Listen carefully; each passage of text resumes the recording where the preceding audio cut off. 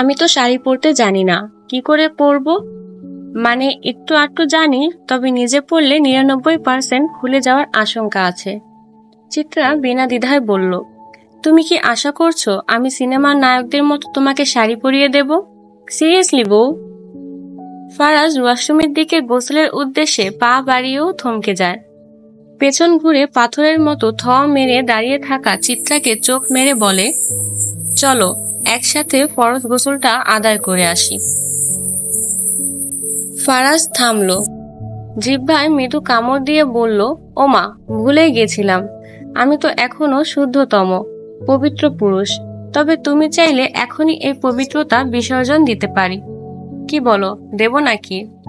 চিত্রা ভাবলেশহীনভাবে জবাব দিল, আমার নামাজে হয়তো কোনো ঘাটতি ছিল, তা না হলে কি আপনার মতো অসভ্য পুরুষ জুটত? ধ্যাত, আমার মুডের একেবারে আব্বা আম্মা করে দিয়েছ।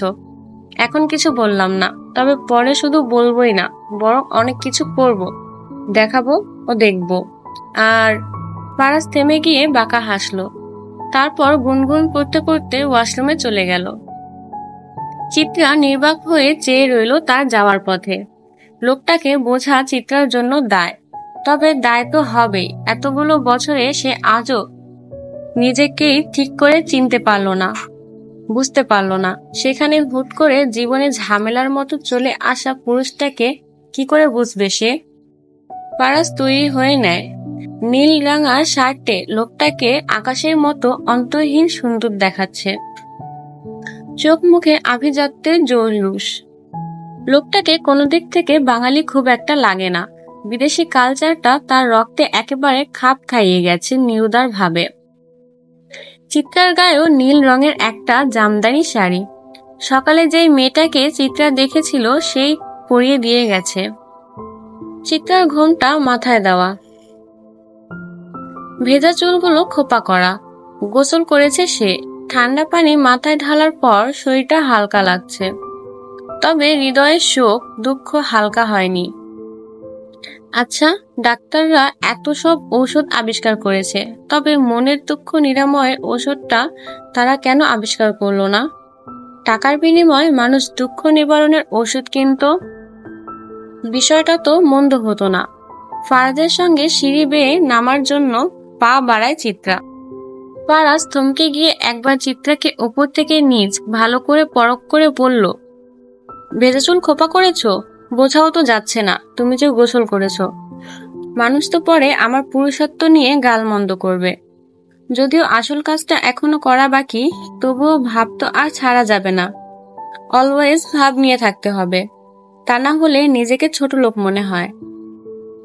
চিত্রার চোখ মুখ রাগের ঝলক স্পষ্ট। এমন ঠোঁটকাটা পুরুষ সে বাপের জন্মেও দেখেনি। এ তো ভাঙা রেডিওর মতো যেখানে সেখানে শুরু হয়ে যায়। ফারাজ হুট করে চিত্রার হাতে হাত রেখে বলল, এই যে হাতে হাত রাখলাম, মনে রেখো মৃত্যুর আগ অব্দি এই হাত ছাড়ছি না।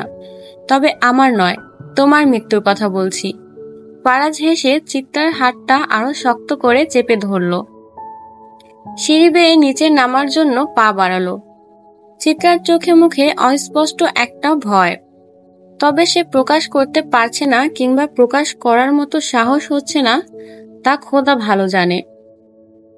বাহিরে থেকে বাড়িটি পুরনো ধাঁচের লাগলেও ভেতরটা একেবারে অন্যরকম। আধুনিক আসবাবপত্রে সাজানো। পুরনো জমিদারি ভোজন কক্ষে আধুনিকতার মুড়িয়ে নাম দেওয়া হয়েছে ডাইনিং হল। তবে খারাপ লাগছে না।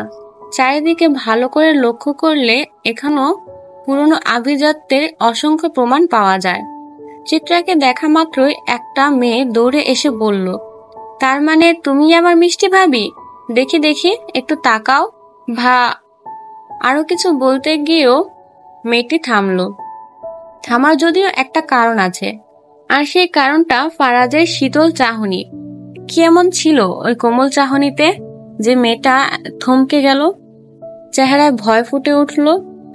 ফারিয়া মুখটা ছোট করে একটু দূরে সরে দাঁড়ালো।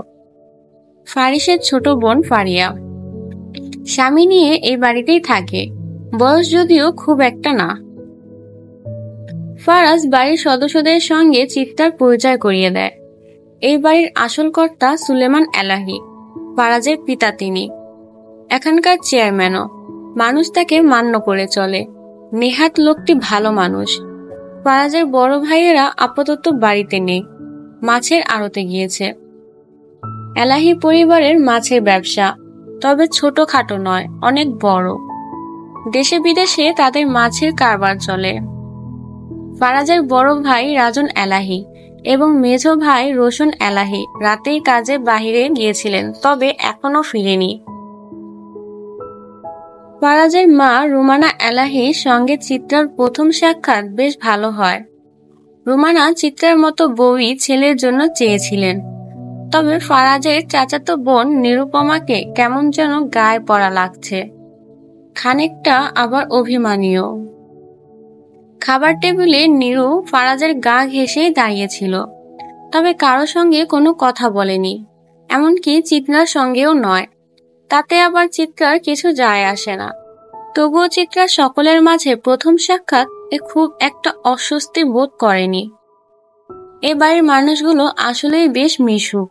কথায় কথায় তার চিত্রাকে এমনভাবে আপন করে নিয়েছে যেন তাদের সম্পর্ক বেশ পুরনো। একেবারে সবাই ফারাজ এলাহির বিপরীত। বাড়ির পুরুষেরা খাবার টেবিলে বসেছে।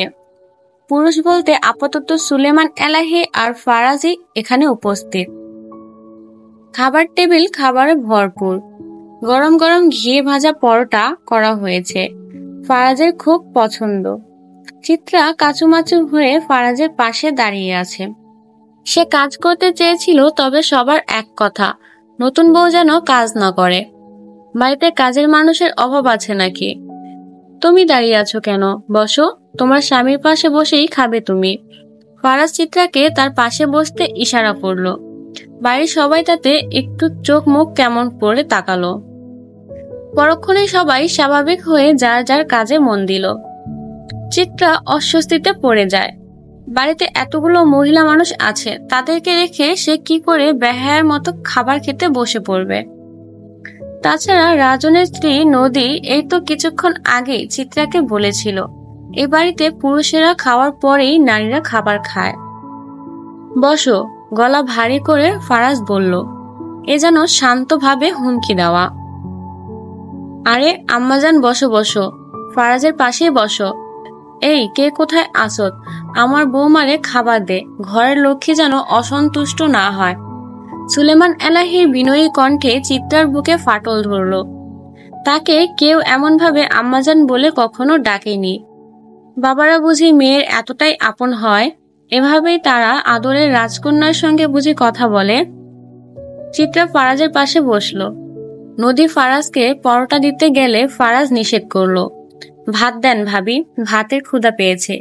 ঘিয়ে ভাজা পরোটাটি মিসেস ফারাজ এলাহিকে দেন।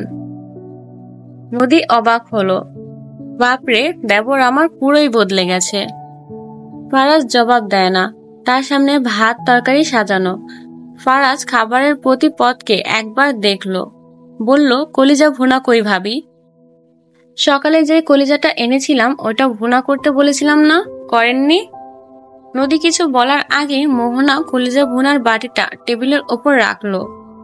বড় এক চামচ করে ভুনা তুলে দিল ফারাজের পাতে। আজকে আমি রান্না করেছি, খেয়ে মতামত কিন্তু অবশ্যই জানাবে। ফারাজ মোহনার দিকে তাকায়। স্লিভলেস একটা ব্লাউজ দিয়ে ফিনফিনে পাতলা একটা শাড়ি পরা, কোমর অবধি ছেড়ে রাখা কোকড়া চুলগুলো বেয়ে টুকটুক করে জল পড়ছে। ডাগর আখির নিচটা কালো কাজলে রাঙানো। ঠোঁটে রোজকার মতো মেরুন রঙের লিপস্টিক, কপালে টিপ। ফারাজ মুহূর্তেই চোখ নামিয়ে ভাত মাখতে শুরু করলো। অনুভূতিহীন চেহারা তার। সে নিঃশব্দে বড় বড় লোকমা মুখে দিয়ে গিলছে। দেখে মনে হচ্ছিল বিশাল কোনো কাজ করে এসেছে সে। ক্ষুধার্ত কিংবা বহুদিন ধরে খাওয়া হয়নি। চিত্রা নিজের খাওয়া রেখে ফারাজের দিকে তাকিয়ে থাকে। হাতের ব্যান্ডেজটা গোসলের আগে খুলে রেখেছিল। ক্ষত বেশ গভীর। এই ক্ষত নিয়ে অনায়াসে ভাত খাচ্ছে। মোটেও যন্ত্রণা হচ্ছে না তার। মনে হচ্ছে এভাবে সে অভ্যস্ত। চিত্রা খাবার গিলতে গিয়ে আর চোখে আরো একবার মোহনাকে দেখার চেষ্টা করলো। অপরূপ সুন্দরী মহিলা, চোখ ধাঁধানো রূপ। ইনি হলেন রোশন এলাহির স্ত্রী। পুরোটা ভাত শেষ করতে পারল না ফারাজ। ফোন আসার সঙ্গে সঙ্গে ভাতে পানি দিয়ে চলে গেল। তবে যাওয়ার আগে রুম থেকে একটা ওষুধ এনে চিত্রার হাতে দিয়ে বলল, ব্যথার ওষুধ এটা, বলেছিলাম না আসার সময় এটা নিয়ে আসবো। তোমার শরীরে ক্ষত চিহ্নর অভাব নেই, যন্ত্রণা হয় না, তাই না? এটা খেয়ে নিও, ব্যথা সেরে যাবে। চিত্রা আরো একবার অবাক হলো। মানুষটার মধ্যে কি এমন আছে, তাকে নিয়ে এত কৌতূহল কেন জাগছে? এই মনে হয় লোকটার লজ্জা শরম নেই, আবার এই মনে হয় লোকটা একটা নরপিশাচ। তবে এখন মনে হচ্ছে লোকটার ভেতরে কিছু একটা তো আছেই। চিত্রা বেলকনির রেলিং ধরে দাঁড়িয়ে সেই পুকুরের কালো জলের দিকে তাকিয়ে আছে। চোখে তার জল টলমল করছে। যে করে হোক তাকে একবার হলেও বাজিতপুর যেতে হবে, সোহাগের মুখোমুখি হতে হবে। কেন সোহাগ সেদিন তাকে বাঁচাতে আসলো না? জবাব চাই চিত্রার। কার কথা ভাবছো? চিত্রা ঘাবড়ে যায়, ঘাড় ফিরিয়ে মোহনাকে দেখতে পায়। ভাবি, আপনি? তোমার স্বামীর ঘর না, মানে তোমার ঘরে আসা মানা বুঝি? ছি ছি, কি বলছেন ভাবি এসব? মোহনা কালো জলের দিকে তাকিয়ে নিঃশ্বাস নিংড়ে দিয়ে বলে, এই বাড়িতে বিড়ালের অভাব নেই, মাছ দেখলেই হুমড়ি খেয়ে পড়ে। ওসব বিড়াল থেকে তুমিও সাবধানে থাকবে। বুঝোই তো, বুনো বিড়াল কখন আবার মাছ ভেবে তোমার ওপর আক্রমণ করে বসে, তখন বাঁচা মুশকিল হয়ে যাবে।